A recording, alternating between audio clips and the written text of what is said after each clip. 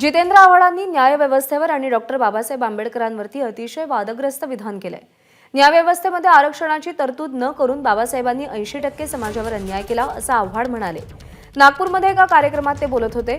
आज न्यायपालिका निष्पक्ष नाही, न्यायपालिकेच्या अनेक निर्णयांमधून जाती व्यवस्थेचा वास येतो असंही आव्हाड म्हणाले। मला आजही वाईट वाटतं की बाबासाहेबांनी माहित नाही हे बोलावं की न बोलावं, मी बोलतो ज्युडिशियरीमध्ये पण आरक्षण ठेवायला पाहिजे होतं।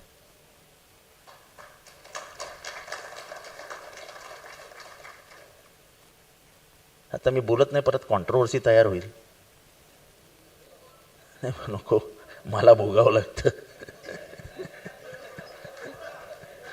त्याच्यामुळे काही काही जजमेंट्स अशी येतात की आपल्याला पटकन कळतं की याच्यात कुठेतरी जातीचा वास येतोय। It is not expected from judiciary. Judiciary non biased असली पाहिजे, जात व्यवस्थेच्या बाहेर असले पाहिजे, अशी संविधानाची अपेक्षा आहे।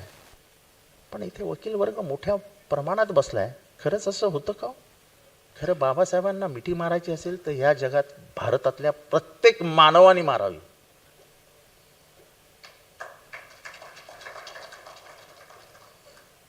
तुमचं सगळं आयुष्य त्या संविधानात बनवलं गेलं ना। You are common before the law.